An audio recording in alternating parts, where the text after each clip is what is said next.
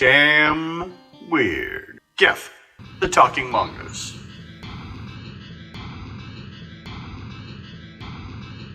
Now, as far as I've heard this on different stories while I was researching it on pronouncing it as Jeff or Geff.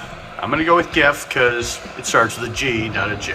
In September 1931, the Irving family claimed they heard persistent scratching and rustling and vocal noises behind their farmhouse's wooden wall panels that variously resembled a ferret, a dog, or some say even a baby, which sounds kind of strange to me. Why would they be in the wall? According to the Irvings, a creature named Geff introduced itself and told them it was a mongoose born in New Delhi, India in 1852. According to Vori, Geff was the size of a small rat with yellowish fur and a large bushy tail. The Irvings say that Geff communicated to them that he was an extra clever mongoose, an earthbound spirit, you would say, and a ghost in the form of a mongoose, and once said, "I am a freak. I have hands and I have feet. If you saw me, you'd faint. You'd be petrified, mummified, churned into stone, or a pillar of salt." The Irvings made various claims about Geff. He supposedly guarded their house and informed them of the approach of guests or any unfamiliar dog. They said that if someone had forgotten to put out the fire at night, Geff would go down and stop the stove. The Irvings claimed Geff would also wake people up when they overslept, and whenever mice got into the house, Geff supposedly assumed the role of the cat, although he preferred to scare them rather than kill them. The Irvings say they gave Geff biscuits, chocolates, and bananas, and food was left for him in a saucer suspended from the ceiling, from which he took when he thought no one was watching. The Irvings claimed the mongoose regularly accompanied them on trips to the market, but always stayed on the other side of the hedges, chatting incessantly. The story of Geff became popular in the tabloid presses, and many journalists flocked to the isle to find or catch a glimpse of the creature.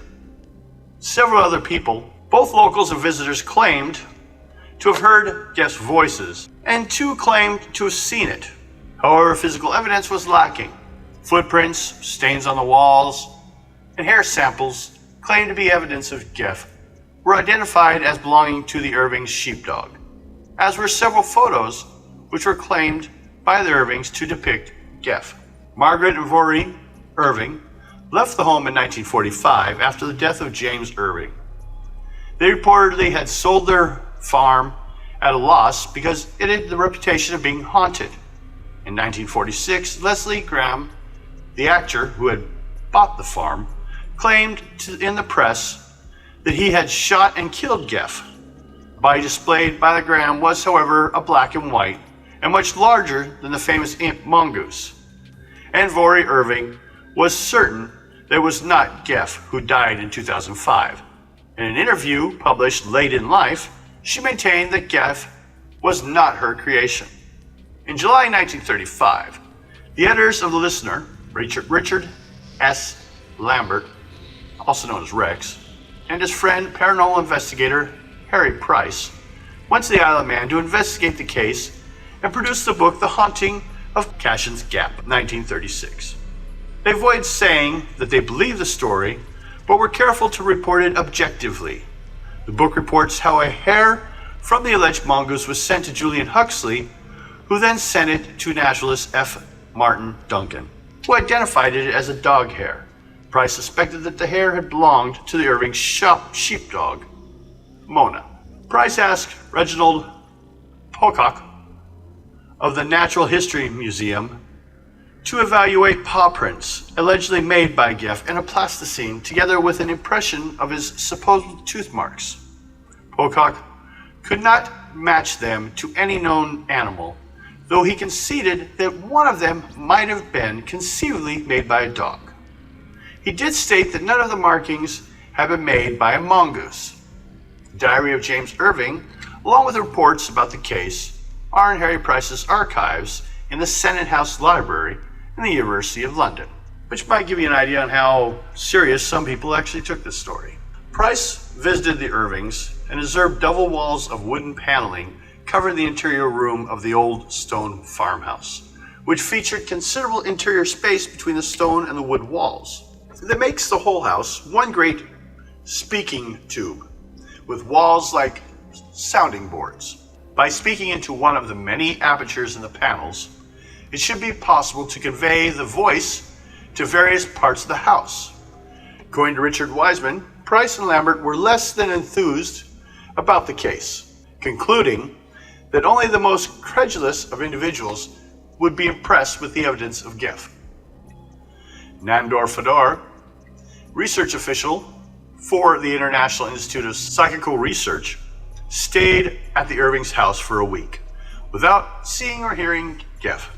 Fedor did not believe deliberate deception had occurred and molded a complex psychological theory to explain Geff based on a split-off part of Jim Irving's personality. Although some psychic investigators thought that Geff was a poltergeist or a ghost, skeptics, including residents of the Isle of Man, believed the Irving family had colluded to perpetrate a hoax that was originated by their daughter Vori. An Isle of the Man Examiner reporter wrote that when he caught the girl making noises, her father tried to convince him that the sound came from somewhere else. According to Joe Nickel, researchers have suspected Vori used ventriloquism or other tricks, the effects of which were hyped by family members, reporters in search of story, and credulous paranormalists. Contemporary media scholar Jeffrey Sconce writes that most likely explanation is that this extra clever mongoose was an imaginary companion created by the Irvings' extra clever daughter. Lambert slandered the case. In 1937, Lambert brought an action for slander against Sir Cecil Levita, after Levita suggested to a friend that Lambert was unfit to be on the board of the British Film Institute. Levita said that Lambert was off his head because he had believed in the talking mongoose and the evil eye. Lambert was pressured into abandoning his action by Sir Stephen Tallis, but persisted with it and won, receiving £7,600 in damages, then an exceptional figure for a slander case, awarded because Lambert counsels managed to introduce a BBC memo in which Lambert's career had been threatened if he persisted with the case. The case became known as the Mongoose case. Thank you.